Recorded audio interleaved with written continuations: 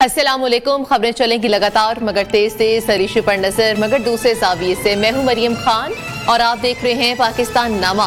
यहाँ पर बात होगी पाकिस्तान के अवाम की। हम पहुंचाएंगे आपकी आवाज इक्तदार के ऐवानों तक। समाज के मसाइल पर बात होगी, अदालतों की खबर भी आपको देंगे, जुर्म कहानी सुनाएंगे, शहर शहर गांव गांव का अहवाल भी आपको बताएंगे। खेल के मैदान में क्या कुछ हो रहा है और मौसम का हाल बताने वाले क्या कहते हैं, नाजरीन ये भी आपको बताएंगे। पाकिस्तान नामा में अब बात की जाएगी बड़ी खबरों के हवाले से और बड़ी खबरों में आज हम पाकिस्तान नामा में क्या डिस्कस करेंगे तो उसमें आपको बताएं कि पीटीआई को बल्ले का निशान मिलेगा या नहीं मिलेगा। इलेक्शन कमीशन ने कानूनी जंग लड़ने की तैयारी कर ली है। इसके अलावा कराची की बात करेंगे। कराची के एक और फैक्ट्री में शोले भड़क उठे। गुज़श्ता वाकयात में भी ताहल जिम्मेदारों का तयन न हो सका और ग्रीन शर्ट्स बैटिंग करना भूल गए। शाहीन 11 और शान 11 मेलबर्न टेस्ट में भी नाकाम हो चुकी है। आगे बढ़ते हुए बात की जाए आम इंतखाबात के लिए सियासी जमातें मुतहरिक हो चुकी हैं। जोड़ तोड़ जारी है। सीट एडजस्टमेंट के मामलात तय होना शुरू हो चुके हैं। सदर नून लीग के कराची में डेरे, शहबाज शरीफ के MQM और GDA रहनुमाओं से मुलाकातें हुई। इंतखाबी हिकमत अमली पर बातचीत हुई। खैबर पख्तूनख्वा में ANP, नून लीग, पीपल्स पार्टी, JUI और कौमी वतन पार्टी में डेडलॉक बरकरार है। तमाम सियासी जमातों की जिले इंतजामिया एक दूसरे के लिए सीट छोड़ने को तैयार नहीं है। और उधर PTI को बल्ले का निशान देने से मुतालिक पेशावर हाईकोर्ट के हुक्म इम्तनाई देने के फैसले पर इलेक्शन कमीशन का अपील दायर करने का फैसला भी सामने आ चुका है। बात कर लेते हैं इस्लामाबाद से। जावेद नूर हमारे साथ मौजूद है। जावेद नूर, बताइएगा PTI को बल्ले का निशान मिलेगा या नहीं मिलेगा? ये तो जंग छिड़ चुकी है। इलेक्शन कमीशन की जानिब से क्या कहा जा रहा है? उन्होंने भी कानूनी जंग लड़ने के लिए तैयारी पकड़ ली है? जी हाँ, बिल्कुल। और ये जो तैयारी पकड़ी है इसके लिए 3 रोज़ तवील मुशावरत हुई। इसमें कानूनी माहिरीन से मशवरा किया गया और जो इस हवाले से हुक्म इम्तना आया है उसके तमाम पहलुओं का जायज़ा लिया गया।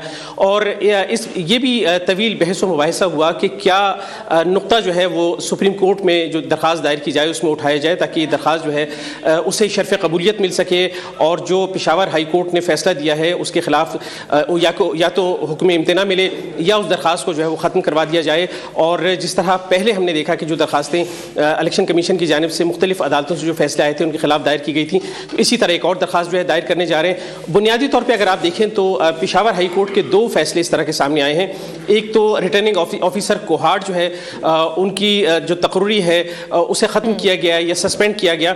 इसके खिलाफ भी इलेक्शन कमीशन ने सुप्रीम कोर्ट से रुजू किया है। और अब पाकिस्तान तहरीक इंसाफ के बल्ले के निशान के हवाले से जो फैसला दिया था इलेक्शन कमीशन ने कि ये निशान जो है वो वापस लिया जाता है और फिर ये निशान बहाल हुआ पेशावर हाई कोर्ट के हुक्म से। तो इस वक्त ये निशान जो है वो बहाल है। तहरीक इंसाफ के पास बल्ले का निशान मौजूद है जनरल नशिस्तों के लिए भी। और इसके अलावा ख़ास तौर पे जो नशिस्तें मखसूस नशिस्तें हैं, इनमें ख़वातीन की नशिस्तें भी हैं और जो अक़लियती उम्मीदवार हैं उनकी नशिस्तें भी शामिल हैं। अब क्या बल्ले के निशान के तहत पाकिस्तान तहरीक इंसाफ के उम्मीदवारों के जो मखसूस नशिस्तों के लिए जो उम्मीदवार सामने आए हैं क्या वो फहरिस्त काबिल कबूल है? ये एक तजब्जुब की कैफियत है। और मेरी इलेक्शन कमीशन के हुकाम से बात हुई तो उनका कहना है कि इसी नुक्ते पर हम देख रहे हैं जो उम्मीदवार जो है जनरल नशिस्तों के लिए आए हैं उनके तो कागजात नामजदगी जो है उनकी जांच पड़ताल जारी है। या तो वो पार्टी के तहत आएंगे बल्ले के निशान के तहत या फिर वो आज़ाद उम्मीदवार के तौर पर शरीक हो जाएंगे। लेकिन जो मखसूस नशिस्तें हैं इसके लिए जमातें तरजीही फहरिस्तें फराहम करती हैं। तो जो तरजीही फहरिस्त जो है फराहम की गई है ख़वातीन की 60 नशिस्तों के लिए और अक़लियतों की 10 नशिस्तों के लिए, तो क्या वो दरख्वास्त जो है पाकिस्तान तहरीक इंसाफ की काबिल कबूल है? क्योंकि जो काबीना जिसे कलम करार दिया गया था इंतखाबात को और काबीना को, वो पेशावर हाई कोर्ट के हुक्म के बाद वो बहाल हो चुकी है। तो अब उसके तहत कागजात नामजदगी की जांच पड़ताल की जाए या ना की जाए, तो एक बहुत बड़ा सवाल मौजूद है। और इसी सवाल का जवाब ढूंढने के लिए आज इलेक्शन कमीशन का इजलास हुआ, उसमें कोई अहम फैसला भी किया क्या बल्ले के निशान के हवाले से या इलेक्शंस के हवाले से? कोई हिकमत अमली बनाई गई है? जी हाँ, बिल्कुल। ये इजलास हुआ और इस इजलास में 3 रोज़ की मुशावरत के बाद आज इलेक्शन कमीशन इस नतीजे पर पहुंचा कि इस फैसले को चैलेंज किया जाए जो पेशावर हाई कोर्ट ने बल्ले के निशान की बहाली के हवाले से दिया है और सुप्रीम कोर्ट जाया जाए और सुप्रीम कोर्ट से ये कहा जाए कि जो इंतखाबात हुए हैं इलेक्शन कमीशन अपना मौक़िफ़ पेश करे कि जो इलेक्शन कमीशन ने अपने फैसले में लिखा था और कहा था कि जो इंतखाबात जो है पाकिस्तान तहरीक इंसाफ ने इंट्रा पार्टी इंतखाबात कराएँ वो इंतखाबात जो है वो कवायद के ख़िलाफ़ हैं, वो इलेक्शन कानून के ख़िलाफ़ हैं। और और जो पाकिस्तान तहरीक इंसाफ का अपना आइन है उस आइन के भी खिलाफ ये इंतखाबात कराए गए हैं। तो ये मौक़िफ़ जो है ये सुप्रीम कोर्ट में रखा जाएगा। और इस हवाले से इलेक्शन कमीशन का हुकाम का कहना है कि जो अदालती फैसले मुख्तलिफ सामने आ रहे हैं इसकी वजह से इंतखाबी अमल जो है वो मुतासर हो रहा है, तो अब रुजू करने का फैसला किया। लेकिन इसमें एक सवाल और भी है, 3 दिन जो है इस फैसले तक पहुंचने में लगा दिए गए। यानी अब देखिए कि बुध को भी इस पर मुशावरत हुई, जुमेरात को मुशावरत हुई, जुमे को मुशावरत। 3 दिन की मुशावरत के बाद ये फैसला सामने आए, कानूनी चाराजोई की जाएगी। हमारे साथ ही रहेगा जावेद नूर, हमें ज्वाइन किया है कराची से हमाद यूसुफ ने। हमाद यूसुफ, शहबाज शरीफ ने कराची में किन सियासी जमातों के रहनुमाओं से मुलाकातें की हैं और मुलाकात करने के बाद कौन से मामलात है जो तय पाए हैं, बताइएगा। जी मरियम, कराची में शहबाज शरीफ की अहम मुलाकात थी। इलेक्शन से कबल यह एक अहम दौरा था जो कहा जा रहा था कि शहबाज शरीफ कराची आएंगे और अहम लोगों से मुलाकात करेंगे। शहबाज शरीफ ने टोटल जो है वो 5 मुलाकातें की हैं। 2 रोज़ का ये दौरा था जिसमें 5 मुलाकातें की हैं। सबसे पहली मुलाकात तो उन्होंने अपने पार्टी कारकुनान से की है, जो पार्टी कारकुनान थे उनसे मुलाकात की और इलेक्शन के हवाले से जो है वो बातचीत करी। दूसरी मुलाकात उन्होंने उन लोगों से की है जो लोगों ने उनकी पार्टी में शमूलियत इख्तियार की है, उन लोगों से उन्होंने बातचीत करी और इलेक्शन के हवाले से ही उन्होंने जो है उनको गाइडलाइंस वगैरह दी हैं। जबकि आज हमने देखा कि आज का जो दिन था वो सियासी गहमा गहमी आज के रोज ज्यादा रही, क्योंकि जो शहबाज शरीफ थे वो कराची आने के बाद उन्होंने कराची में जो है एमक्यूएम की भादराबाद पे जो एमक्यूएम का पाकिस्तान का मरकज है भादराबाद, वहां पर एमक्यूएम के राब्ता कमेटी और तमाम रहनुमाओं से जो है मुलाकात की। सबसे अहम चीज जो बताई जा रही थी सीट एडजस्टमेंट की बताई जा रही थी, क्योंकि शहबाज शरीफ और मुस्तफा कमाल जो है NA 242 की नशिस्त से ही वो खड़े हुए हैं, दोनों एक ही नशिस्त से खड़े हुए हैं NA 242। कहा यह जा रहा था कि इस मुलाकात में ये सामने आएगा कि शहबाज शरीफ जो है वो या शहबाज शरीफ या मुस्तफा कमाल जो है इस नशिस्त से जो है वो पीछे हटेंगे। जबकि हमने देखा कि मुशावरत हुई मुलाकात के बाद और प्रेस कॉन्फ्रेंस भी हुई और इसके सीट एडजस्टमेंट के ऊपर कोई भी जो है वो मुशावरत नहीं की गई, कोई भी तबादला ख्याल नहीं किया गया। दोनों पार्टी रहनुमाओं की तरफ से यही कहा गया कि मिलकर काम करने पर हमने जोर दिया है। कराची में जो है वो एमक्यूएम के साथ मिलकर जो है शहबाज शरीफ ने कहा कि एमक्यूएम के साथ मिलकर हम काम करना चाहते हैं। माजी में भी हमने एमक्यूएम के साथ मिलकर काम किया है, तो इस बार भी जो है सीट एडजस्टमेंट के ऊपर एमक्यूएम और शहबाज शरीफ की तरफ से कहा गया है कि NA 242 की जो अहम नशिस्त है यहां से दोनों पार्टी के रहनुमा जो है वो लड़ेंगे। जबकि एक अहम चीज आज सामने आई है, शहबाज शरीफ का जो स्क्रूटनी का अमल था वो रोक दिया गया है। इनका जो फैसला आज मंजूर होना था स्क्रूटनी के बाद, उनकी कागजात जो है वो जांच पड़ताल होने के बाद मंजूर होने थे, वो रोक दिए गए हैं, वो कल जो है वो मंजूर होंगे। जबकि बताया जा रहा है कि जो दीगर सियासी जो कमेटी वगैरह है ये बनाई जाएंगी। इसके अलावा आपको बताऊं मुस्लिम लीग नून और GDA के सी भी आज मुलाकात हुई है, जिसमें जो है सीट एडजस्टमेंट के ऊपर उनसे बात हुई है। तो वहां पर जो है वो तबादला ख्याल यही किया गया है कि जो वहां पे मुस्लिम लीग नून के रहनुमा जो है वो NA की निश्चित से खड़े होंगे, वहां पर GDA के रहनुमा जो है वहां पर नहीं खड़े होंगे। उनके लिए जो है सीट एडजस्टमेंट के ऊपर बात जो है वो तय पा गई है। जबकि जो है तमाम तर पार्टियों की एक 2 रुकनी जो 2 अरकान पर मुश्तमिल एक कमेटी बनाई जाएगी, जो कमेटी बैठकर जो है वो फैसला करेगी कि सीट एडजस्टमेंट में जो है हतमी फैसला क्या किया जाएगा। ठीक है, हमारे साथ यहाँ मौजूद रहिएगा हमाद यूसुफ। हमें एक पेशावर से ज्वाइन किया है लिहाज अली ने। लिहाज अली, KPK में इस वक्त क्या होता नजर आ रहा है? सियासत कैसी है KPK की, क्या सूरत हाल है वहां की, और वहां पर क्या कोई सियासी इत्तेहाद भी बनता दिखाई दे रहा है आपको, बताइएगा।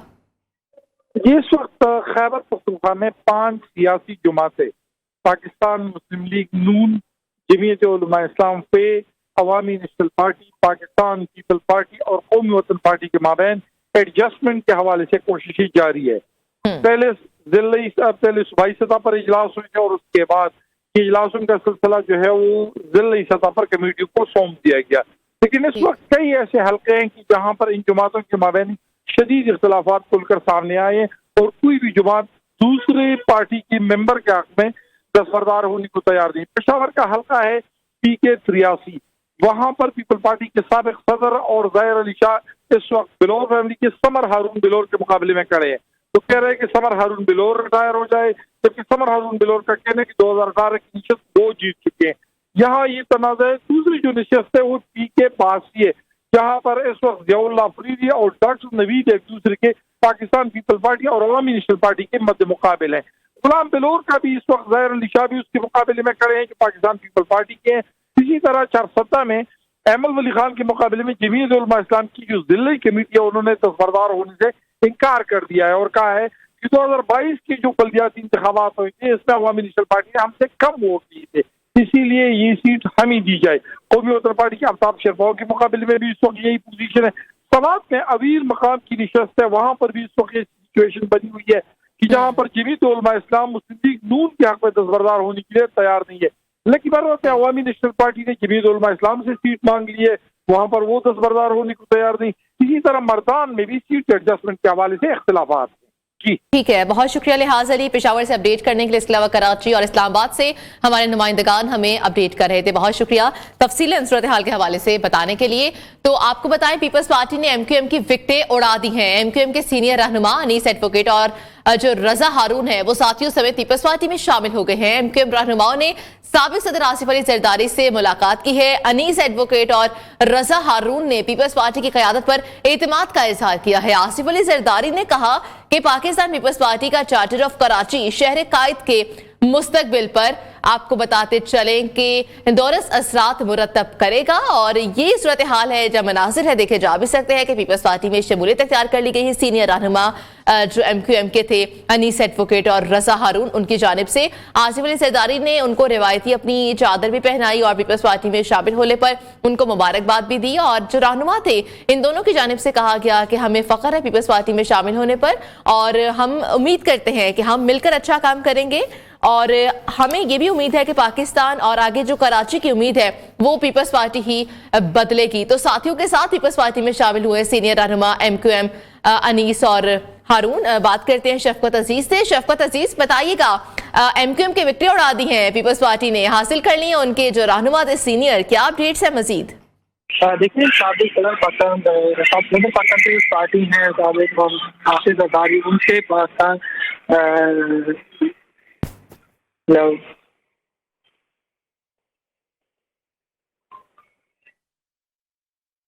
तो ये सूरत हाल है कि पीपल्स पार्टी ने एमक्यूएम की विकटें उड़ा ली हैं और जो एमक्यूएम के सीनियर रहनुमा हैं उनमें अनीस एडवोकेट और रजा जो हारून है वो साथियों समेत पीपल्स पार्टी में शामिल हो चुके हैं। और पीपल्स पार्टी की जानिब से जो है पीपल्स पार्टी की जानिब से जो एमक्यूएम के रहनुमा हैं उनको ले लिया गया है और अपने साथियों के समेत के दो सीनियर रहनुमा हैं जो कि शामिल हुए हैं। शफकत हमारे साथ मौजूद है, उन्हीं से बात करते हैं। शफकत, क्या सूरत हाल है, आगे कराची में क्या होने जा रहे हैं और ये जो रहनुमा आज काफी शामिल हो गए हैं, इनकी जानिब से क्या कहा गया है?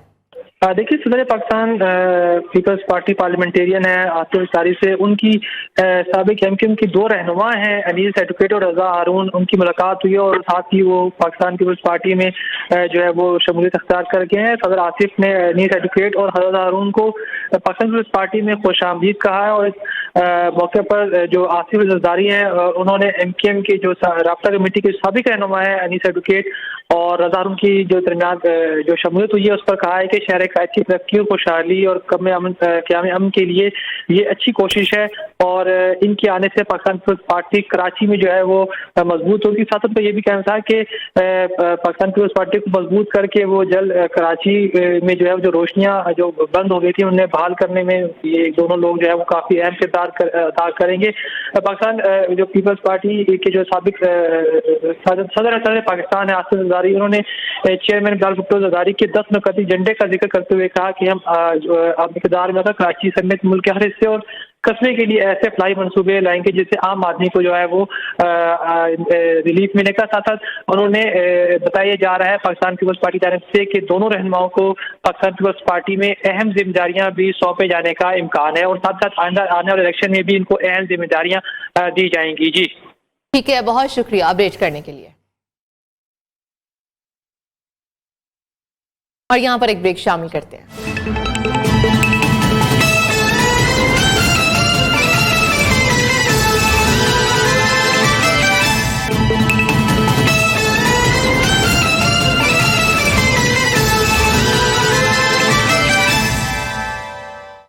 Welcome back. अहम खबर शामिल करते हैं। लाहौर डेवलपमेंट अथॉरिटी के ग्रेड 7 से ग्रेड 16 तक के 400 से ज्यादा अफसरान और मुलाजिमीन इलेक्शन ट्रेनिंग में मसरूफ हैं। दफ्तरी अमूर शदीद मुतासिर होने लगे हैं। शहरी एनओसी नक्शों की मंजूरी और साथ में जो सर्टिफिकेट समेत फाइलों की मंजूरी है, कंप्लीशन जो सर्टिफिकेट्स है उसकी मंजूरी के लिए ख्वार होना शुरू हो चुके हैं। तो ये सूरत हाल है कि जो शहरी हैं उनको NOC नक्शों की मंजूरी या कंप्लीशन जो सर्टिफिकेट्स है उनके हसूल के लिए दुश्वारी का सामना करना पड़ा है। अहमद कुरैशी हमारे साथ है, नियो के नुमाइंदे।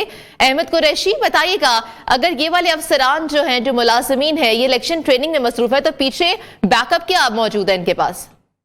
देखिए, पहले ही LDA में किसी भी शहरी के लिए जो काम कराना है, पुल सरात जो है वो क्रॉस करना है, चूंकि बहुत सारे मामलात हैं जो यहाँ पर शहरी खवार होते हैं। बैकअप इनका कोई नहीं है। तमाम जो 400 से ज्यादा अफसरान और मुलाजमीन हैं इलेक्शन ट्रेनिंग में मसरूफ हैं।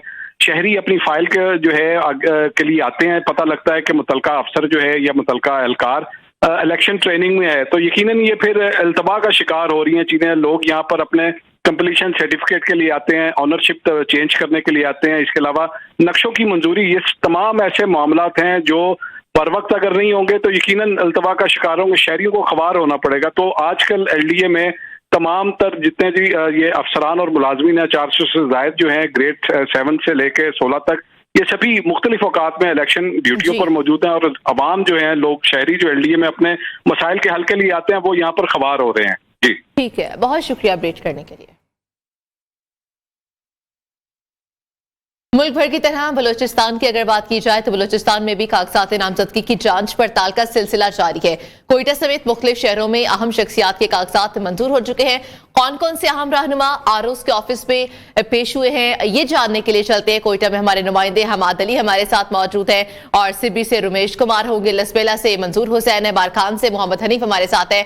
हमारे तमाम नुमाइंदगान हमें अपडेट करने के लिए यहाँ पर मौजूद है। तो कोयटा से बात करते हैं हमाद अली से। हमाद अली, बताइएगा वहां पर क्या चल रहा है? भर की तरह सूबाई दारकूमत कोयटा समेत बलूचिस्तान के मुख्तलिफ अजला में जो है आज कागजात नामजदगी की जांच पड़ताल का 5वां रोज़ जारी है। आज आखिरी रोज़ है।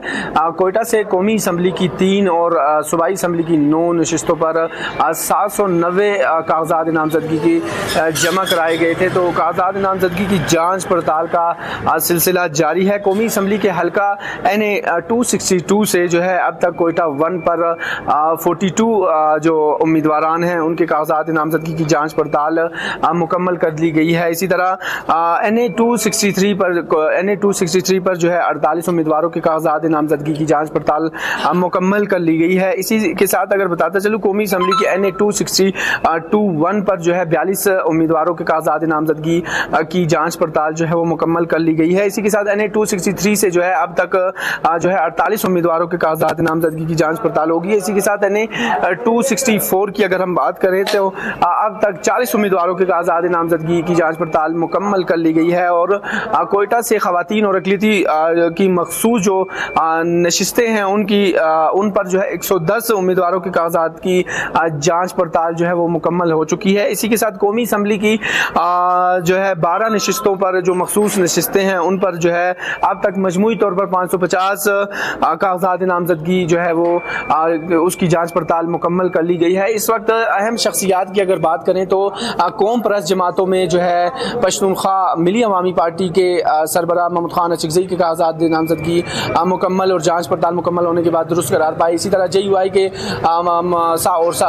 के रहनुमा और साबिक़ वज़ीर आला बलूचिस्तान नवाब असलम रसानी के कागजात नामजदगी दुरुस्त करार पाई। इसी तरह आज़ाद उम्मीदवार की हैसियत से जो है अब तक बलूचिस्तान की अहम शख्सियात में नवाबजादा लश्करी रसानी के कागजात नामजदगी की जांच पड़ताल मुकम्मल और दुरुस्त करार पाए हैं। इसी के साथ जो दीगर अहम शख्सियात हैं उनके भी कागजात की जांच पड़ताल का आज 5वां रोज़ जारी है। और इस वक्त यहाँ पर उम्मीदवारान वक्तन फवक्तन आ रहे हैं और मुतल्लिका रिटर्निंग अफसरान के पास जो है कागजात का जायज़ा भी लिया जा रहा है। और जो मुतल्लिका रिटर्निंग अफसरान हैं वो जो है कोयटा समेत बलूचिस्तान के मुख्तलिफ अजला में कागजात की जांच पड़ताल जो है वो कर रहे हैं। जी ठीक है, बहुत शुक्रिया अपडेट करने के लिए। हमारे साथ यहाँ पर मौजूद हैं सिब्बी से रुमेश कुमार।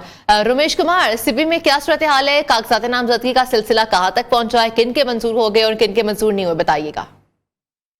जी जी, मुल्क के दीगर शहरों की तरह सिब्बी में भी जो जनरल इलेक्शन के हवाले से जिन उम्मीदवारों ने अपने कागजात जमा किए थे, उस हवाले से सिब्बी में भी कागजात नामजदगी का सिलसिला जांच पड़ताल का जारी है। जबकि इस वक्त सिब्बी PB 8 सिब्बी से कोई 32 के करीब उम्मीदवारों ने अपने कागजात जमा करवाए हुए हैं और NA 253 के हवाले से कोई 41 के करीब उम्मीदवारों ने अपने कागजात जमा करवाए हैं, जिसकी जांच पड़ताल का सिलसिला जो कि जारी है। जबकि ये भी आपको मैं बताता चलूँ, जांच पड़ताल का सिलसिला मजीद 2 दिन जो जारी है उसमें मुकम्मल हो जाएगा। जी ठीक है, सिब्बी के बाद हम रुख करते हैं लसबेला का, जहाँ पर मंजूर हुसैन मौजूद है।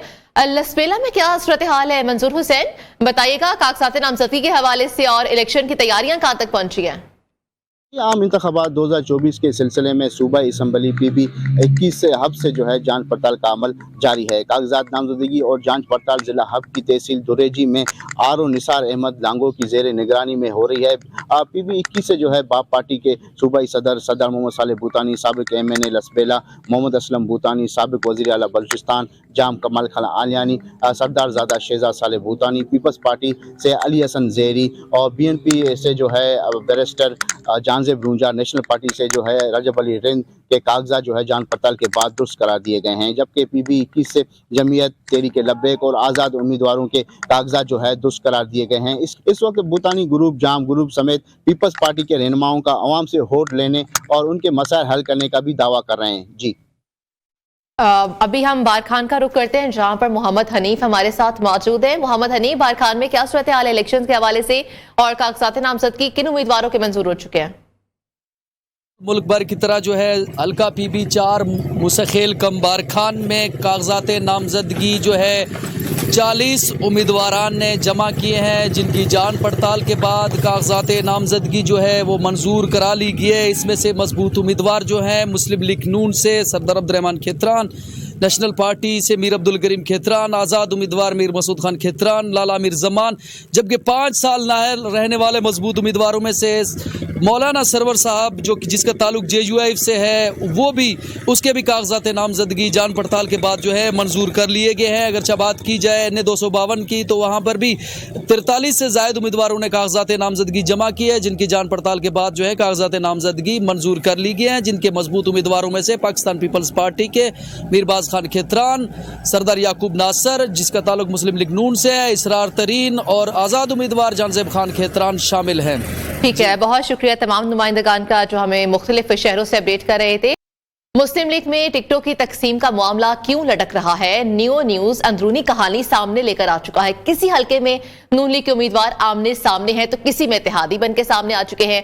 लाहौर के हलका NA 119 की बात की जाए तो वहां पर मरीम नवाज और अब्दुल अलीम खान ने कागजात नामजदगी जमा करा दिए हैं और मजीद तफसीलात जो है वो हम जानते हैं। मोहसिन बिलाल हमारे साथ मौजूद है, नुमाइंदा खसूसी है। मोहसिन बिलाल, बताइएगा, किसी हलके में तो नून लीग के उम्मीदवार आमने सामने हैं तो किसी में इत्तेहादी बनकर सामने आ रहे हैं, ये क्या स्ट्रैटेजी अपना रहे हैं इस मरतबा? जी बिल्कुल, बड़ी दिलचस्प मगर पेचीदा सूरत हाल बनी हुई है, ख़ासतौर पर नून लीग के लिए। यही वजह है कि लाहौर में तो अभी तक किसी एक भी रहनुमा का टिकट कंफर्म नहीं हुआ। दूसरी जानिब पंजाब के बाज़ हलके ऐसे हैं जहां पर नून लीग के इत्तेहादी आमने सामने हैं उनसे और उनकी टिकट्स का भी मसला बना हुआ है। अगर राजा रियाज और नवाब बशीर की बात की जाए तो ये फैसलाबाद से हैं और इनका हलका बनता है NA 104 और NA 96। ये दोनों वो रहनुमा हैं जिन्होंने तहरीके अदम एतमाद के दौरान जो है वो PDM का साथ दिया था। ताहम इनके मद्दे मुकाबिल भी नून लीग के ही रहनुमा है, जिसमें एहसान अफजल हैं NA 104 से और तलाल चौधरी हैं NA 96 से। इनकी टिकट्स का मसला बना हुआ है। जो नवाज शरीफ के करीबी हलके हैं, ज़राए के मुताबिक वो चाहते हैं, चूँकि तहरीके अदम एतमाद के दिनों में वादा किया था राजा रियाज और नवाब बशीर से कि उनको टिकट दिया जाएगा। ताहम मरियम नवाज के काफ़ी करीब समझे जाते हैं तलाल चौधरी, तो इस वजह से यह मामला अभी तक लटका हुआ है। दूसरी जानिब इनकी इत्तेहादी जमात थी इस्तेहकाम पाकिस्तान पार्टी, शहबाज कबीना में उनके दो जो है वो मामले खुसूसी थे, ओन चौधरी और नुमान लंगरयाल। ओन चौधरी ने अपने कागजात नामजदगी जहाँ NA 124 में जमा करवाए हैं, वहाँ उन्होंने NA 127 में भी अपने कागजात नामजदगी जमा करवा रखे हैं और उनके मद्दे मुकाबिल जो उम्मीदवार हैं वो नून लीग की शाइस्ता परवेज़ मलिक हैं, तो लिहाजा ये भी आमने सामने हैं। इसी तरह जो इस्तेकाम पाकिस्तान पार्टी के सदर हैं अब्दुल अलीम खान, उन्होंने लाहौर के 2 हलकों से NA के कागजात नामजदगी जमा करवाए हैं। NA 119 है, NA 117 है, और अगर NA 119 की बात की जाए तो इस हलके से खुद मरियम नवाज ने भी कागज़ जमा करवाए हैं, जबकि NA 117 से मलक रियाज ने कागज़ जमा करवाए हैं। इसी तरह NA 121 है लाहौर का हलका, तो इसमें साबिक स्पीकर कौमी असम्बली सरदार अयाज सादिक और मुस्लिम लीग नून के हैं रुहेल असगर। ये अपनी टिकट के हसूल के लिए इनके दरमियान जो है वो जंग जारी है, और यही कहा जा रहा है कि ये भी लड़ाई जो है वो नून लीग के कुछ बड़ों की है। इसी तरह गुजरांवाला का हलका है NA 77, इसमें यह देखा गया है कि अताउल्लाह तारर और साबिक वफाकी वजीर महमूद बशीर विर्क का जो है वो इंटरव्यू हुआ था, लेकिन इनकी टिकट का भी इशू बना हुआ है। नून लीग के ज़राए का ये कहना है कि अंदर से अताउल्लाह तारर की जो है वो मुखालफत हो रही है, और मुखालफत कर रहे हैं ख्वाजा साद रफ़ीक के अता तारर जो है वो सूबाई असम्बली में रहकर अपना रोल अदा करें। अभी इनका इतना कद नहीं है कि वो कौमी असम्बली में जाएं और अपना किरदार अदा करें। इसी तरह सियालकोट का हलका है NA 70, इसमें इस्तेकाम पाकिस्तान की पार्टी की जो मरकज़ी रहनुमा है डॉक्टर फरदौस आशिक अवान, उन्होंने अपने कागजात नामजदगी जमा करवाए हैं, और मुस्लिम लीग नून के अरमगान सुबानी ने अपने कागजात नामजदगी जमा करवाए हैं। इसी तरह लोधरा का हलका है NA 155, वहाँ पर जहांगीर तरीन ने खुद कागजात नामजदगी जमा करवाए हैं, और नून लीग के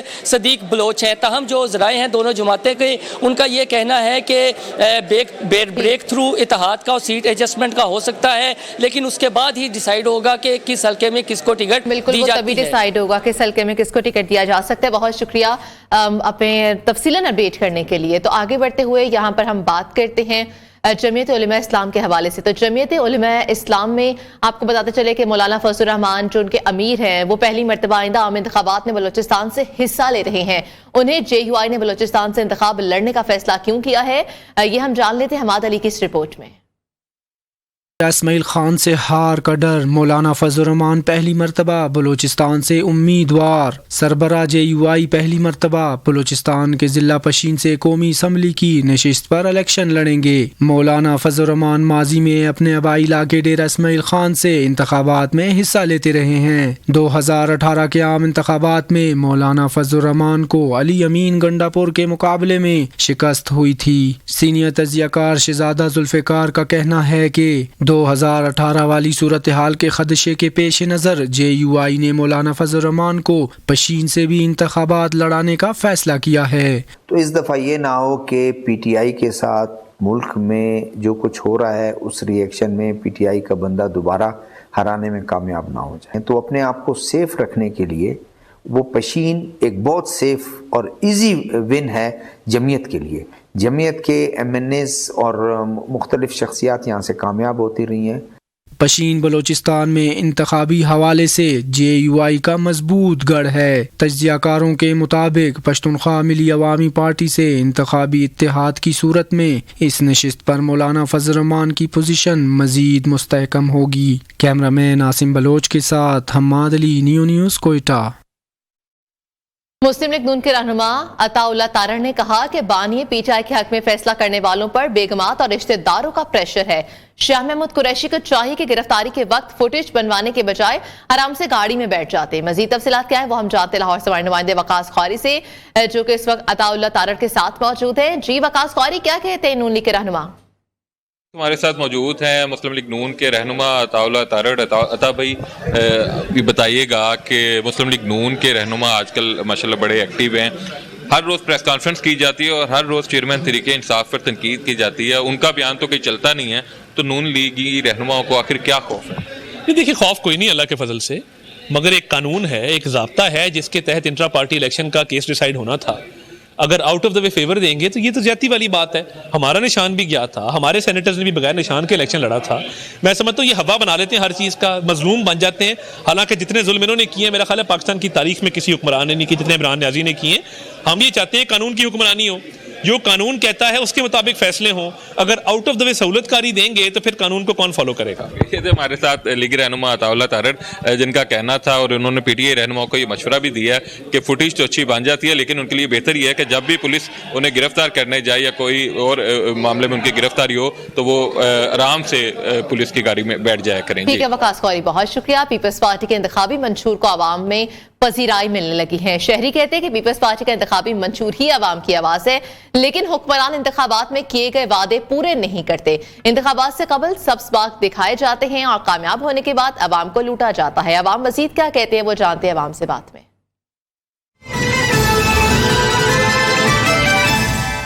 पाकिस्तान पीपल्स पार्टी का जो मंशूर है, मांग रहा है हर इंसान रोटी कपड़ा और मकान, अब उसको जदीद शक्ल में बिलावल साहब ने इंट्रोड्यूस करवाया है, जिसके अंदर हम लोगों को बने बनाए घर दे रहे हैं। उससे पहले हमने 5 मरला स्कीम इंट्रोड्यूस करवाई, हमारी नकल उतारते दीगर लोगों ने भी काम किया, लेकिन उस पर अमल दरामद नहीं हो सका था। बिलावल साहब ने जो बातें की हैं वो करते आ रहे हैं, आगे भी कपड़ा मकान पीपी भी नहीं दी है इन्हें, और किसी को ने हमें कोई चीज़ नहीं दी। जो गवर्नमेंटें वादे कर आई थी हम ये करेंगे वो करेंगे, किसी ने कुछ नहीं दिया हमें। हम बिलावल भुट्टो साहब आए हैं, इंशाल्लाह ताला ये भुट्टो साहब ने भी वादे पूरे किए थे, बेनज़ीर साहब ने भी वादे पूरे किए थे। बिलावल भुट्टो भी नौजवान है, पूरा वादा करेगा इंशाल्लाह ताला। भुट्टो साहब ने भी ऐसे ही किया था गरीबों के हक के लिए, बिलावल साहब भी उसके नुआसे हैं। इंशाल्लाह ये मंसूबा कामयाब करेंगे, गरीब आम का सोचेंगे, गरीब आम की ये पीपल पार्टी है।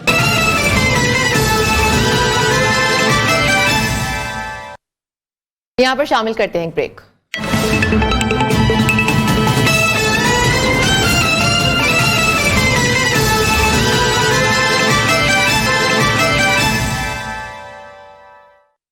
अहम खबर शामिल करते हैं। जिन्ना इंटरनेशनल एयरपोर्ट कराची में इंतजामिया की गफलत सामने आ चुकी है। एयरपोर्ट के वॉशरूम में नलके गायब हो गए और इंटरनेशनल एयरपोर्ट के वॉशरूम की अबतर सूरत हाल से मुसाफिर परेशान है।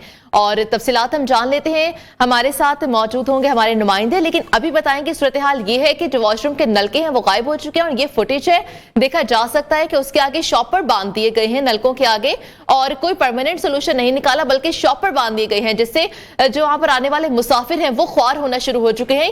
ये कराची बहुत बड़ा जो एयरपोर्ट है कराची जिन्ना इंटरनेशनल का, वहां की सूरत हाल है। जिन्ना इंटरनेशनल एयरपोर्ट की इंतजामिया की गफलत ये आप देख सकते हैं, मुंह चढ़ा रही है। जो नलके हैं वो तो कोई उतार के लेके जा चुका है, चोरी हो चुके हैं, और उसके बाद जो पीछे अब नल खाली बचे हैं उसके ऊपर शॉपर चढ़ा दिए गए हैं। अब ये नहीं मालूम कि इसमें से पानी किस तरह से इस्तेमाल किया जाएगा, लेकिन वॉशरूम्स की ये कंडीशंस है तो बाकी कंडीशंस क्या होंगी। और ये फुटेज जो नियो पर चल रहे हैं एक्सक्लूसिवली, ये भी देखी जा सकती हैं। ये जिन्ना इंटरनेशनल एयरपोर्ट की हैं जहां पर मुसाफिर काफी परेशान हैं। और एक ब्रेक के बाद वापस आएंगे, कहीं मत जाइएगा।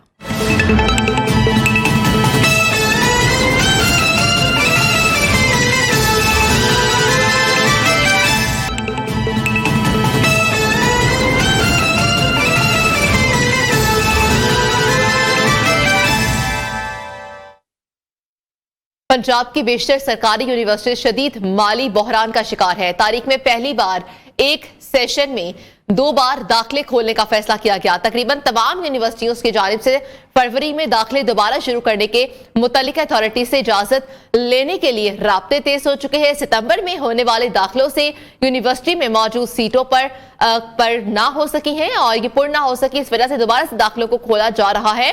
तो ये सूरत हाल है। आपको बताते चले कि पंजाब की जो बेशतर सरकारी यूनिवर्सिटीज है वो शदीद तरीन माली बहरान का शिकार हो चुकी है। तारीख में पहली बार एक सेशन में दूसरी बार दाखिले खोलने का फैसला किया गया है।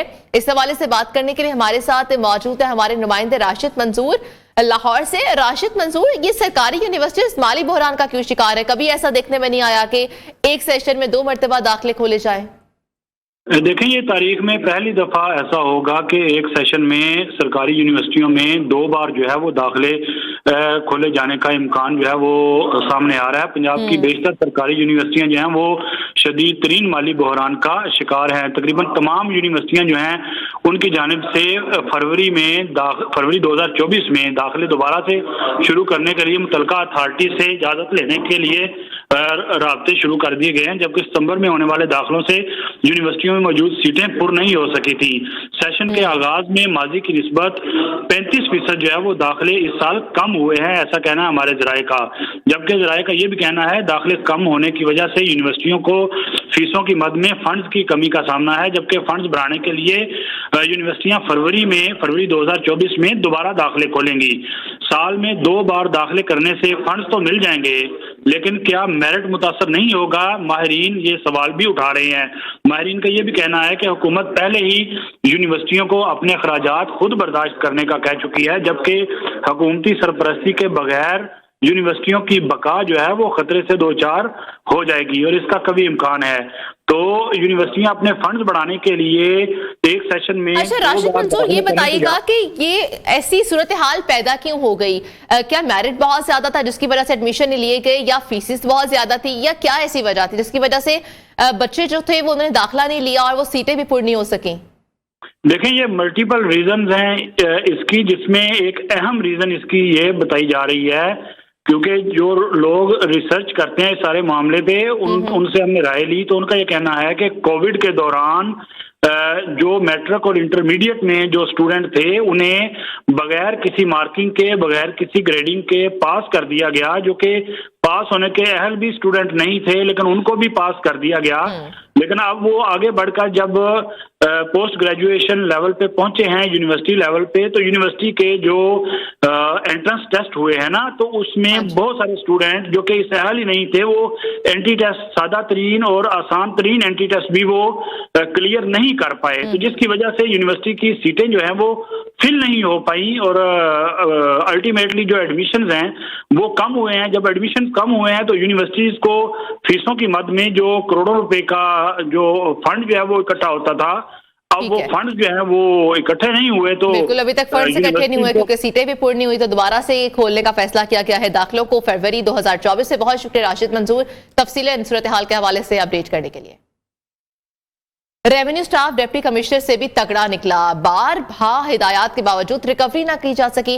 एडिशनल डिप्टी कमिश्नर रेवेन्यू ने कार्रवाई के लिए मेंबर टैक्सेस पंजाब को मुरासला लिख दिया है और सादिकाबाद, मोहम्मदपुर, अहमदपुर, मचका, तलुकोट के रेवेन्यू अफसरान आपको बताएं कि आबियाना वसूल करने में बिल्कुल नाकाम रहे हैं। अल्लाहाबाद, खान बेला, इसके अलावा अबासिया, भुट्टा शेखा, चारचरा शरीफ और बंदूर ताजगढ़ के इलाके हैं जहां से रेवेन्यू जनरेट नहीं किया जा सका, रिकवर नहीं किया जा सका। बात करें इदरीस शेख हमारे साथ लाहौर से नियो के नुमाइंदे। इदरीस शेख बताइएगा क्या मामला है ये, अभी तक ये रेवेन्यू इकट्ठा नहीं किया जा सका, वजह क्या सामने आ रही है? जी बिल्कुल, ये रेवेन्यू स्टाफ के फराइज मनसबी में शामिल है ये तमाम तर वाजबात वसूल करना, जिसकी बुनियाद पर पंजाब हुकूमत अपनी आमदन हासिल करती है और ये आबियाने समेत दीगर रिकवरी स्कीम जो कि करने में नाकाम है। इस सिलसिले में एडिशनल डिप्टी कमिश्नर रेवेन्यू ने कार्रवाई के लिए मेंबर टैक्सेस को मुरासला लिखा और इस सिलसिले में जराये का ये कहना है कि ताहाल इस रेवेन्यू स्टाफ के खिलाफ कोई भी कार्रवाई नहीं हो सकी। सादिकाबाद है, मोहम्मदपुर है, अहमदपुर, इसके साथ साथ मचका, टलुकोट के रेवेन्यू अफसरान जो है वो ये वसूल करने में नाकाम रहे हैं। आबियाना इलाहाबाद, इसके साथ साथ खान बेरा, बासिया, भट्टा शेखा, चाचरा शरीफ, इसके साथ साथ जो है ताजगढ़ और जो कोर्ट समाबा के इलाके हैं वहां पर आबियाना वसूल नहीं किया जा सका। और ये जो रेवेन्यू अफसरान इनमें शामिल है जावेद रफीक, अब्दुल सत्तार, अब्दुल समद, मंजूर हुसैन, अब्दुल गनी, शाहिद हुसैन, अदनान हनीफ, इमरान सदर, असलम, इसके साथ साथ आजम शैगन और गुलाम हैदर जो है 12 की हिदायत के बावजूद एडिशनल डिप्टी कमिश्नर ने इनको हिदायत जारी की थी कि आबियाना वसूल करेंगे, वसूल करके कौमी खजाने में जमा ना करवा सके। और सिलसिले में ये जो मुरासला लिखा गया है मेंबर टैक्सेस में कहा गया है कि आबियाने की वसूली तमाम रेवेन्यू अफसरान की जिम्मेदारी थी, मगर वो नाकाम है और ये रहीम यार खान के ये रेवेन्यू अफसरान की मुजरमाना गफलत की वजह से आबियाना वसूल नहीं किया जा सका और मेंबर टैक्सेस को अरसार मुरासले में रहीम यार खान के रेवेन्यू अफसरान के खिलाफ कार्रवाई की भी सिफारिश की गई है। जी ठीक है, बहुत शुक्रिया अपडेट करने के लिए।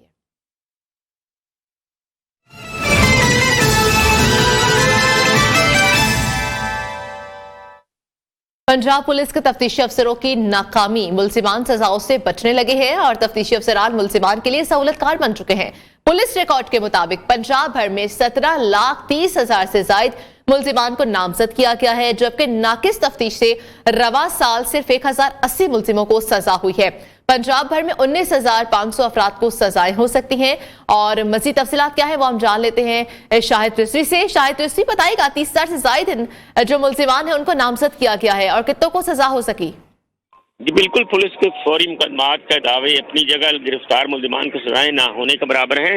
लाहौर समेत पंजाब भर में रवां साल 11 लाख से करीब मुकदमात दर्ज किए गए। पुलिस रिकॉर्ड के मुताबिक लाहौर में जो है 4,27,000 से जायद समेत पंजाब भर में जो है 17,30,000 से जायद मुल्जिमान को इन मुकदमात में नामजद किया गया है। लाहौर में 1,79,000 से जायद जो है, जबकि पंजाब भर में जो है 6,83,000 से जायद गिरफ्तार हो चुके हैं।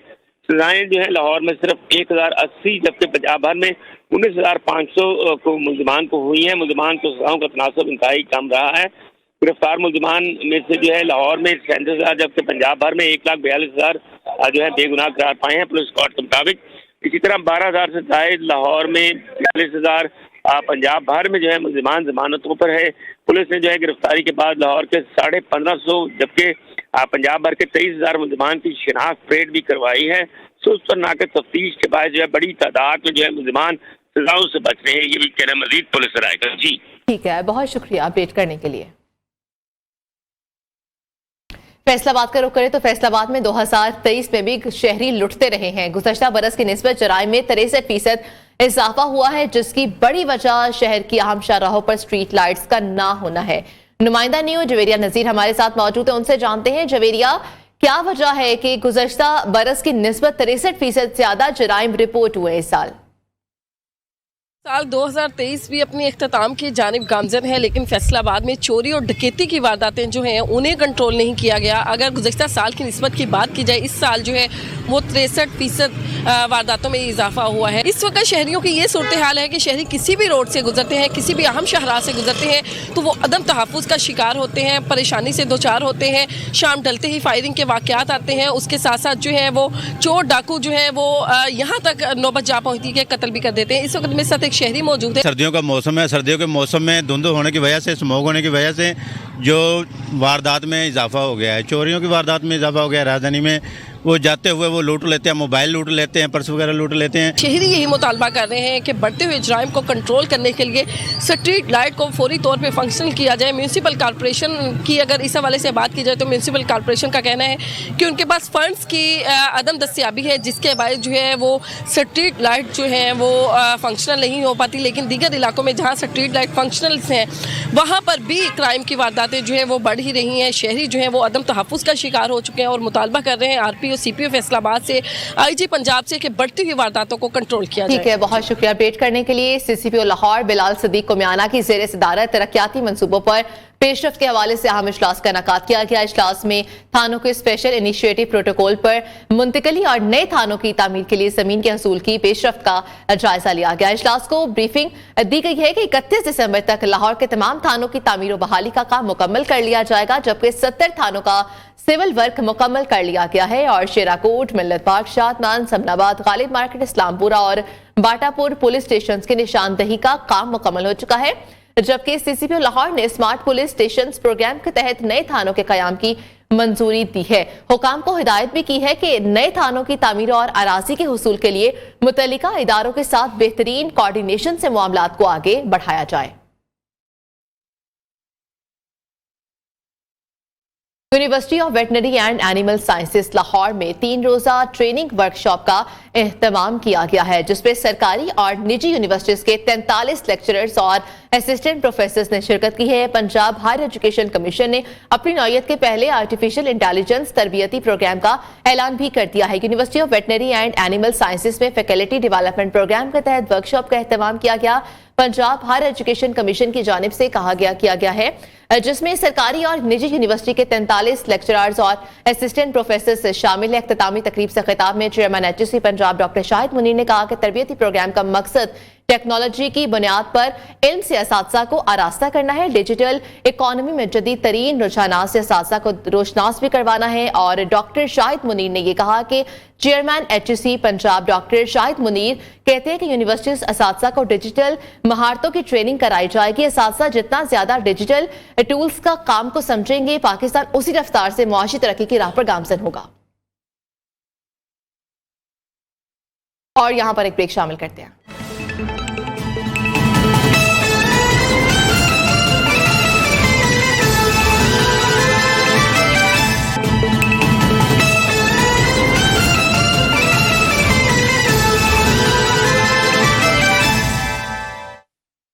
सीनियर रहनुमा तहरीक इंसाफ सेनेटर एजाज चौधरी के कागजात नामजदगी मंजूर कर लिए गए हैं। इसके अलावा अगर बात की जाए कि कौन कौन से रहनुमाओं के मंजूर किए गए, तर्जुमान एजाज चौधरी की जानिब से ये बताना है कि उनके कागजात नामजदगी को मंजूर कर लिया गया है और उनके तायद कुनंदा को हिरासा भी किया जाता रहा है। एजाज चौधरी इस वक्त सानह 9 मई के इल्जाम में जेल में है। सेनेटर एजाज चौधरी के NA 127 से कागजात नामजदगी हाई कोर्ट में दायर पिटीशन पर फैसले के तनाजुर में मंजूर कर लिए गए हैं। तो NA 127 से कागजात नामजदगी की दायर पिटीशन के मामले पर इस फैसले के तनाजुर में मंजूर किए गए हैं। आगे बढ़ते हुए बात करें, लाहौर की गुंजान आबादियां बिल्कुल नाकारा सीवेज सिस्टम के बाइस मसाइलिस्तान बन गई हैं और वासा की नाकिस प्लानिंग के बाइस अगर बात की जाए तो सीवेज सिस्टम अपग्रेडेशन का मंसूबा भी लटक चुका है। सूबाई तरक्याती बोर्ड ने वासा का PC1 मुस्तरद कर दिया है। एतराजात दूर करके PC1 को दोबारा जमा कराने की हिदायत दी गई है, जबकि 2 अरब 49 करोड़ 78 लाख रुपए के मंसूबे में ताखीर से हरबंसपुरा, ताजबाग, जोड़े पुल, ताजपुरा और गाजियाबाद के इलाके मुतासिर होंगे। मजीद तफसीलात वो हम जानते हैं अदनान अजीज से। जी अदनान अजीज, बताइएगा क्या तफसीलात है मजीद? लाहौर शहर की जो गुंजान आबादियां नाकिस व नकारा सीवरेज सिस्टम के बायस मसाइलस्तान बन चुकी हैं, क्योंकि हरबंसपुरा के नज़दीकी गांव है, जो नज़दीकी इलाके हैं, उसमें फतेहगढ़, हरबंसपुरा, ताजबाग, ज़रार शाही रोड, ताजपुरा के जो इलाके हैं, वहाँ पे वासा की जानिब से सीवरेज सिस्टम की अपग्रेडेशन का मनसूबा भी नाकस प्लानिंग के बायस लटक गया। जो सूबाई तरक्याती बोर्ड ने वासा की जानिब से भेजे गए PC1 पर इतराज़ात की बारिश कर दी, क्योंकि वासा को लागत में कमी समेत दीगर इतराज़ात दूर करके जो प्लानिंग कमीशन दोबारा जमा करवाने के अहकामात जारी किए गए। क्योंकि वासा की जानिब से जो मनसूबे के हवाले से जो PC1 तैयार किया गया था, उसके मुताबिक तकरीबन 2 अरब 49 करोड़ 78 लाख की लागत से हरबंसपुरा में ट्रंक सर्वर की तब्दीली, जबकि जोड़े पुल डिस्पोजल स्टेशन को अपग्रेड करना, उनके जो मरम्मती काम है, उनकी जो स्क्रीनें हैं उनको रिपेयर करना, उसके अलावा जो ज़रार शहीद रोड पर ड्रेन की मरम्मत वो बहाली की जानी थी। इलाके में जब मानसून के दौरान बारिश होती है तो वहाँ से कहाँ पानी जमा होता है। ताजपुरा के इलाके में जो B ब्लॉक के इलाके हैं, वहाँ पे कितने मसाइल का सामना करना पड़ता है। दोबारा से मुकम्मल रिपोर्ट है वो जमा करवाई जाए। जी बहुत शुक्रिया अपडेट करने के लिए। महकमा बल्दियात खैबर पख्तूनख्वा ने क्रिसमस पर मसीही मुलाजिमीन को तनख्वाहों की अदायगी ना किए जाने का नोटिस ले लिया है और इसके अलावा मामलात की जो इंक्वायरी है उसके लिए लोकल गवर्नमेंट और WSSP के 3 अफसरान पर मुश्तमिल कमेटी है जो कि कायम कर दी गई है। कमेटी 15 दिन में इंक्वायरी रिपोर्ट जमा भी कराएगी। तफसीलात पेशावर में हमारे नुमाइंदे जमील खान मौजूद है, वो हमें बताएंगे। लेकिन अभी आपको बताया कमेटी 15 दिन में इंक्वायरी रिपोर्ट जमा भी कराएगी और इसके अलावा आपको बताते चले रिपोर्ट के हवाले से रिपोर्ट की नियो की टेलीविजन स्क्रीन पर देखी जा सकती है। महकमा बल्दियात KPK ने क्रिसमस पर मसीही मुलाजिमीन को तनख्वाहें अदा नहीं की हैं, जिसकी वजह से ये नोटिस दिया गया है और मामले की जो इंक्वायरी है उसके लिए लोकल गवर्नमेंट और WSSP के 3 अफसरान पर मुश्तमिल कमेटी है जो कि कायम कर दी गई है, जो मामलात को देखेगी। और यहां पर एक ब्रेक शामिल करते हैं।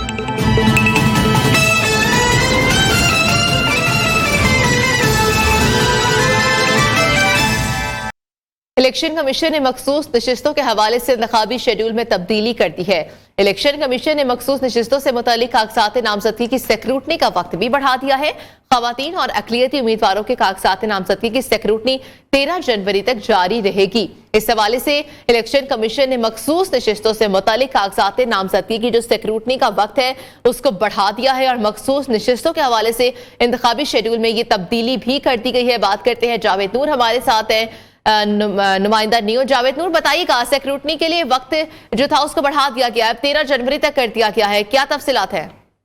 जी बिल्कुल, इलेक्शन कमीशन ने मखसूस नशिस्तों के हवाले से इंतखाबी शेड्यूल में तब्दीली की है और जो मुद्दत कल खत्म होनी थी उससे बढ़ा के खवातीन और अकलियती उम्मीदवारों के लिए कागजात नामजदगी की स्क्रूटनी 13 जनवरी तक बढ़ा दी है। और इसकी वजह यह कि इलेक्शन कमीशन ने पाकिस्तान तहरीक इंसाफ के जो बल्ले के निशान के हवाले से वो निशान वापस लिया था, पेशावर हाई कोर्ट ने निशान वापस किया।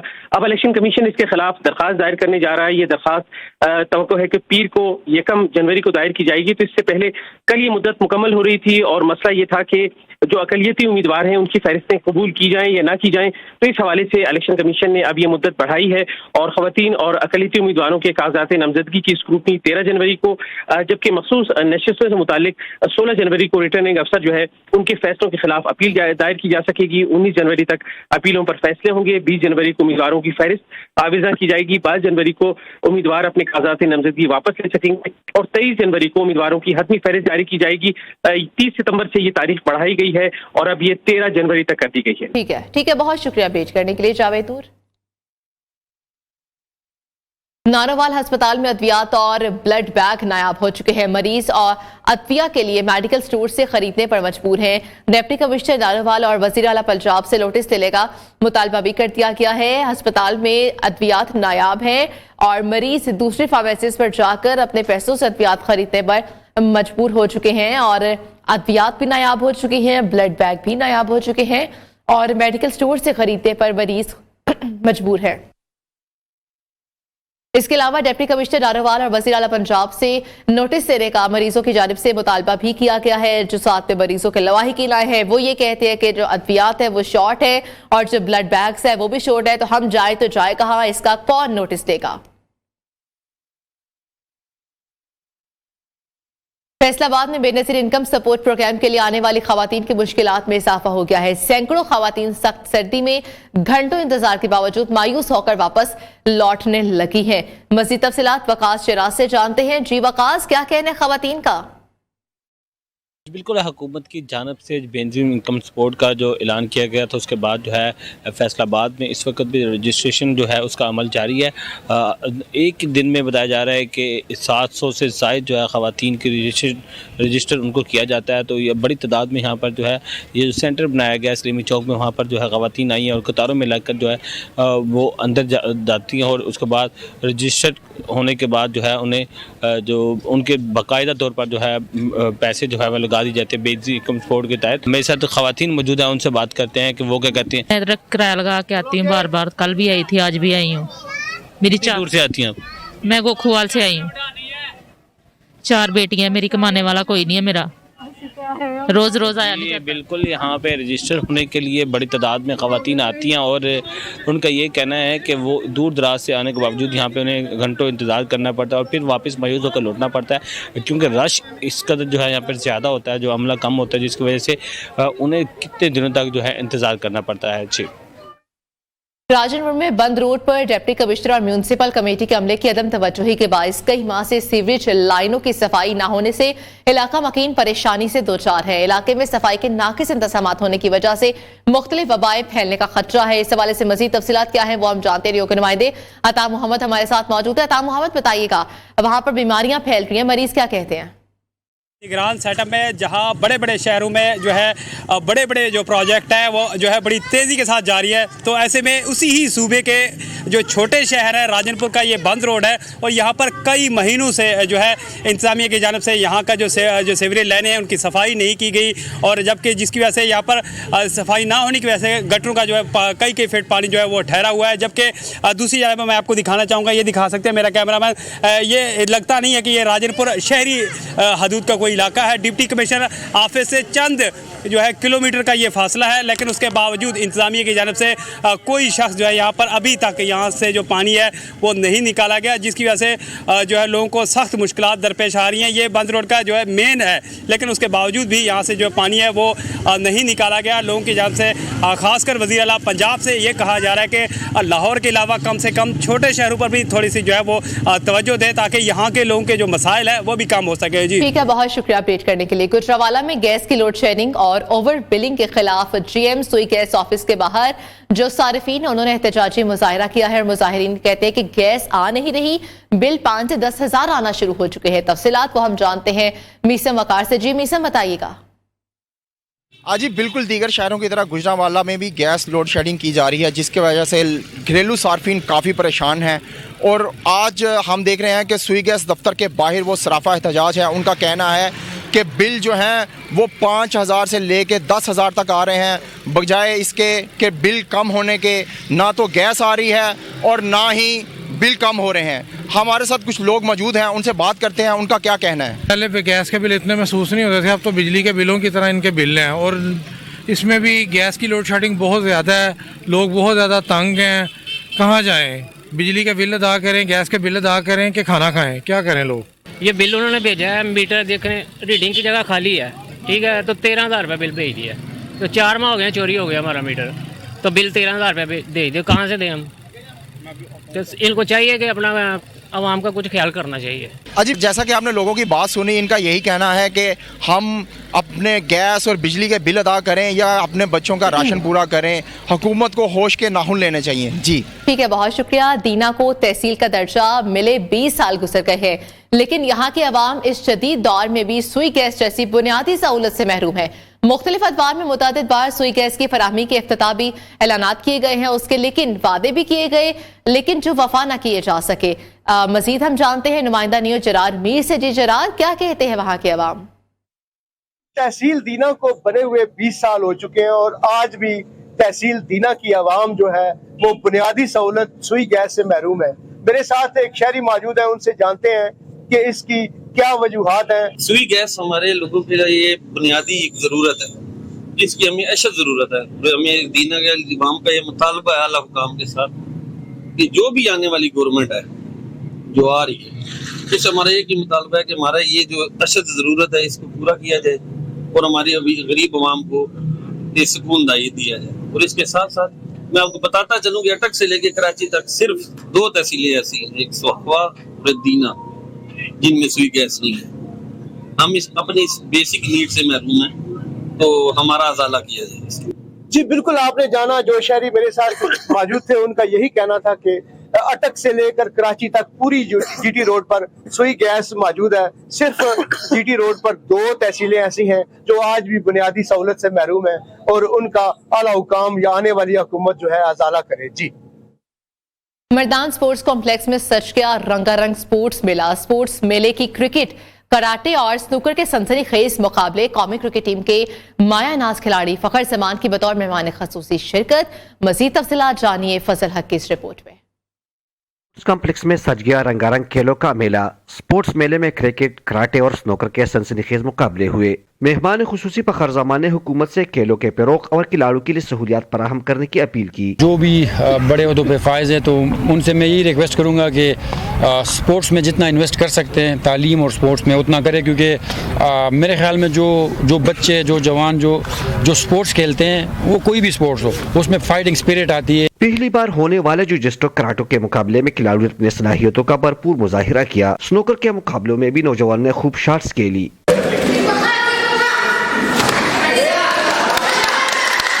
कौमी क्रिकेटर फखर जमान ने कहा कि इस तरह के मुकाबलों से नौजवानों में टैलेंट उभर कर सामने आता है। पूरा स्पोर्ट्स कम्प्लेक्स है मर्दान का जो है, ये इसमें क्रिकेट की फैसिलिटी है, हॉकी है, स्क्वाश है, मतलब फीमेल के लिए अलग इन्होंने सिस्टम बनाया हुआ है, स्विमिंग पूल है, मतलब बहुत ज़बरदस्त फैसिलिटीज है यहाँ पे। रंगारंग स्पोर्ट्स मेले में क्रिकेट के सनसनीखेज मुकाबले हुए। पंजाब टीम ने मैच अपने नाम कर लिया, जबकि जुजिस्टो में मर्दान की टीम फातिह करार पाई। कौमी क्रिकेटर फखर जमान ने जीतने वाले खिलाड़ियों में इनामात तकसीम किए। फजल हक, न्यूज़, मर्दान। रिपोर्ट आपने मुलाहिजा की। लोअर दीन में मौसम सरमा की सौगात रस भरे माल्टे मार्केट्स में अपना रंग और जायका कमा रहे हैं। माल्टों से लदे बागात की सैर करवा रहे हैं नवाब शाह अपनी इस रिपोर्ट में। मौसम सरमा का खास तोहफा माल्टा। लोअर दीर के इलाके रबात में रसीले जायकादार माल्टों के बागात तैयार हो गए। जायकादार और लाजवाब माल्टों से लुत्फ अंदोज होने के लिए शहरी पेशावर, चतराल, शाहरा पर सजे स्टॉल्स का रुख करने लगे। आप रबात आए और यहाँ के माल्टे न का इस तरह हो ही नहीं सकता। यहाँ के माल्टे रसदार और जायकादार होते। हरे भरे सब्ज दरख्तों की टहनों पर लटकते माल्टे देखकर मुंह में पानी भर आता है। सर्द मौसम में धूप में बैठकर माल्टा चूसने का मजा सिर्फ वही जानता है जो यहाँ से वाबिस्ता हो। आदमी इधर सैर के लिए आते हैं और ये माल्टा इसका जायका चिक नहीं करेगा और अपने साथ नहीं लेके जाएगा तो वो सैर नहीं होगा। दूर दराज से आए हुए मेहमान खुद भी खाते हैं और दोस्तों अहबाब के लिए साथ भी ले जाते हैं। रंगत में लाल, जायके में भी मिसाल, रबात के ये माल्टे मुल्क भर में पसंद किए जाते हैं। कैमरा टीम के साथ नवाब बादशाह, न्यूज़, लोअर दीन। सिंध के जिला ठल में वाक़ 200 साल कदीम मस्जिद तर्ज तामीर में अपनी मिसाल आप है, जिसमें आज भी अल्लाह अकबर की सदाएं गूंज रही हैं। नुमाइंदा न्यूज़ सनी शर्मा की रिपोर्ट में जानिए। सदियों से इस्लामी तालीमात का मरकज रहा है। नवाही कस्बे जुगनू खोसा में 1870 में तामीर में अपनी मिसाल आप है। इस मस्जिद में की गई नक्श निगारी भी देखने को अपने शहर में जकड़ लेती। 200 साल का अरसा गुजरने के बावजूद शान और शौकत के साथ मौजूद ये मस्जिद अब भी अपने गुजरे कल की दास्तान बयां कर रही है। 200 साल पुरानी है, तमाम इन्हीं में नमाज थी। 200 माण्हू नमाज वक्ती पढ़ंदा, शागिर्द पढ़ंदा।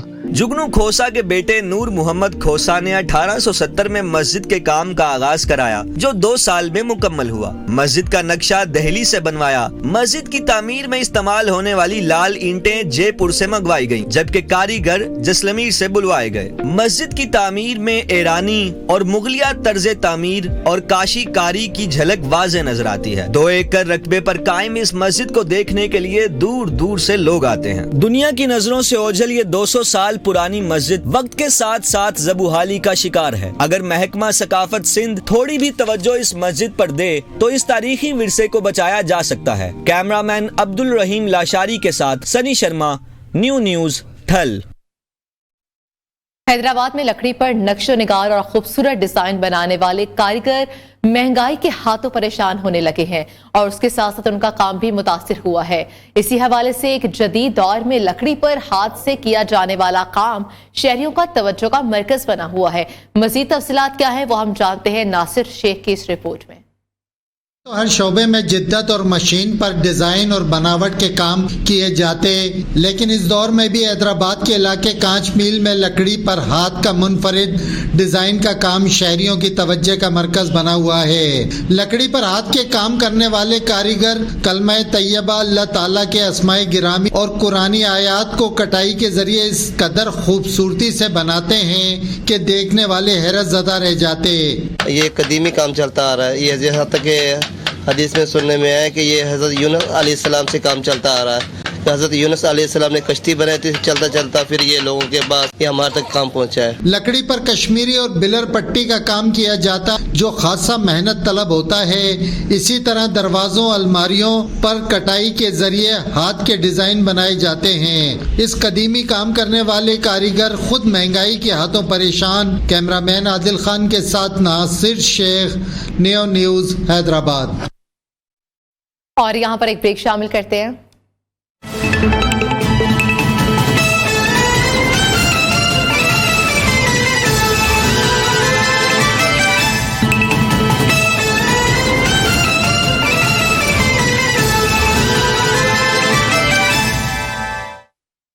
2023 में महंगाई ने नए रिकॉर्ड तोड़ दिए हैं। खाने पीने की बास अशिया की कीमतों में 50% से जायद इजाफा हुआ है। गुज़श्ता बरस के निस्बत रवा बरस महंगाई की शरह में 13.3% इजाफा रिकॉर्ड किया गया। सबसे ज्यादा इजाफा आटे की कीमत में हुआ। आटे के 20 किलो थैले की कीमत 1517 रुपए से बढ़कर 2850 रुपए तक चली गई है।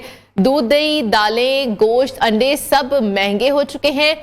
रवा बरस महंगाई की जो तादाद है और अगर बात की जाए एवरेज तो वो परसेंटेज 50% से ज़्यादा इजाफा हुआ है।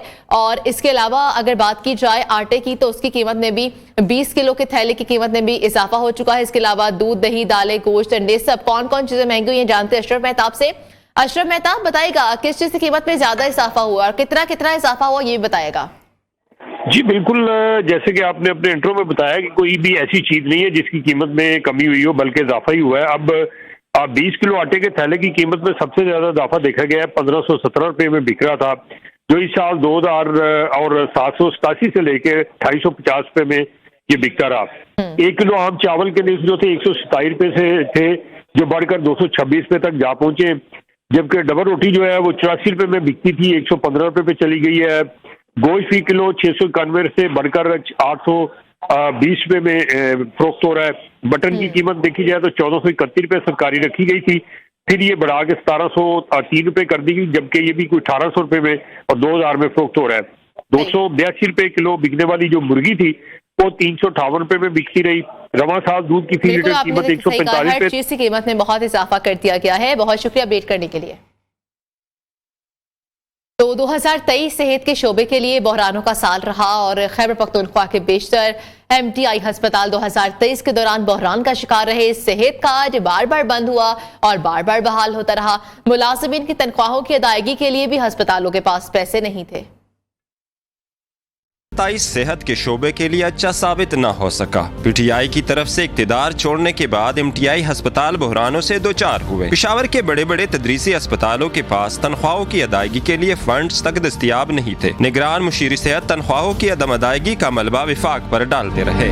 इंश्योरेंस कंपनी को फंड्स की अदम अदायगी की वजह से सेहत कार्ड पर इलाज की सहूलियात मुअत्तल और बहाल होती रहीं। साल के आखिरी क्वार्टर में सेहत कार्ड पर इलाज चंद बीमारियों तक महदूद कर दिया गया, जबकि बाकी बीमारियों पर इखराजात को मरीजों के साथ बांटने की पॉलिसी इख्तियार की गई। स्टेट लाइफ वाले चुके वो इसको डील करते हैं, हम गवर्नमेंट उनको पैसे देती है, तो कभी पैसे कम हो जाते हैं तो वे ड्रा कर लेते हैं, तो जब उनको किस्त मिल जाती है फिर वो रिस्टोर कर देते हैं। हॉस्पिटल में कैनोला तक नहीं है, अभी कैनोला मौजूद नहीं है। छोटी छोटी चीजें जो है हमें बाहर मेडिसिन वालों से लानी पड़ती है। 2023 में निगरान हुकूमत ने बेशतर MTI अस्पतालों के बोर्ड्स ऑफ गवर्नर्स तब्दील कर दिए और सेहत के शोबे में साबिक हुकूमत की पॉलिसियों पर अमल दरामद रोक दिया, जिससे गरीब मरीज बुरी तरह मुतासिर हुआ। मोहम्मद इजाज आफरीदी, न्यूज़ पेशावर।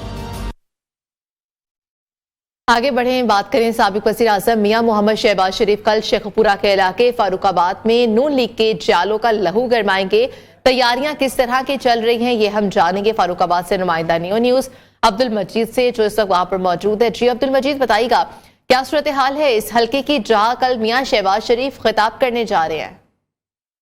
ये शेखुपुरा के हल्का NA 116 और PP 143 में फारूकाबाद का रेलवे शाहीन ग्राउंड है, जहां पर कल पाकिस्तान के साबिक वजीर आजम मियां मोहम्मद शहबाज शरीफ साहब जो हैं वो जलवा फरोज होंगे। पाकिस्तान मुस्लिम लीग नून के जो उम्मीदवारान इस हल्के में इंतखाबी अमल का हिस्सा बने हुए हैं, इनकी जानिब से ग्राउंड के चारों तरफ बड़े बड़े फ्लैक्स जो हैं वो लगा दिए गए हैं। मेरे अकब में आप देख सकते हैं कि 20 फुट ऊंचा, 80 फुट लंबा और 24 फुट चौड़ा स्टेज जो है वो तैयार कर लिया गया है और 15,000 के करीब जो है वो कुर्सियां लगाई जा रही हैं। अगर बात की जाए माजी में सियासी सूरत हाल की, तो कई दहाइयों से इस हल्के में पाकिस्तान मुस्लिम लीग नून के उम्मीदवार जो हैं वो इक्तदार की कुर्सी पर विराजमान रहे हैं और पाकिस्तान मुस्लिम लीग नून जितने भी उम्मीदवार इस वक्त इंतखाबी अमल का हिस्सा बने हैं, वो तमाम उम्मीदवार इस जलसा की रौनक को बढ़ाने के लिए अवामी राब्ता मुहिम जारी रखे हुए हैं। जी ठीक है, बहुत शुक्रिया अपडेट करने के लिए। तो कालाबाग के नवाही इलाके में मेहनतकश खानदान संगलाक पहाड़ों की चट्टानें तोड़कर कपड़ों की सलेबे तैयार करता है और इसका मुआवजा भी नहीं लेते। तफसीलात वो हम जानते अब्दुल रशीद पराचा की इस रिपोर्ट में। साला मोहम्मद रमीज जो पेशे के एतबार से राज मिस्त्री हैं, ये बाप दादा के जमाने से कब्र की सलेबें तैयार कर रहे हैं। गांव में जब भी कोई फौतगी होती है तो वुरसा को तजहीज़ो तकफीन की कोई फिक्र नहीं करना पड़ता। इस काम का बेड़ा मोहम्मद रमीज ने उठा रखा है। मोहम्मद रमीज 3 से 4 घंटों में कब्र तैयार कर लेते हैं। उनका कहना है कि कब्र के ऊपर रखने के लिए सलेबें पहले ही तैयार रखी होती हैं। चट्टानों को तोड़कर बनाई गई सलेबें कब्र पर रख दी जाती हैं। हम ये काम फी सबीलिल्लाह करते हैं और इस काम का कोई मुआवजा नहीं लेते। हम इस कब्र तैयार स्लैब तैयार करने के कोई पैसे नहीं लेते। हमारे गांव में मुश्तरक जो निज़ाम चल रहा है वही हम चला रहे हैं। फी सबीलिल्लाह हम ये काम करते हैं। उनका कहना है कि बाज़ औक़ात बरसाती नाले में पानी आता है तो अपने साथ बड़ी चट्टानें भी तोड़ कर ले आता है, जिनको हथौड़ी और छैनी से काट कर सलेब बनाते हैं और घर के बाहर रख देते हैं। मोहम्मद रमीज का कहना है कि आजकल सीमेंट से तैयार सलेबें भी फरोख्त होती हैं, लेकिन ये महंगी होती हैं, जिसकी खरीदारी गरीब शख्स के लिए मुमकिन नहीं। हम उनके लिए मुफ्त सलेब का बंदोबस्त करते हैं। कैमरा टीम के साथ अब्दुल रशीद पराचा, न्यूज़ कालाबाग। रिपोर्ट आपने मुलाहिजा की। पाकिस्तान नामा से आज के लिए इजाजत दीजिए। अल्लाह हाफिज।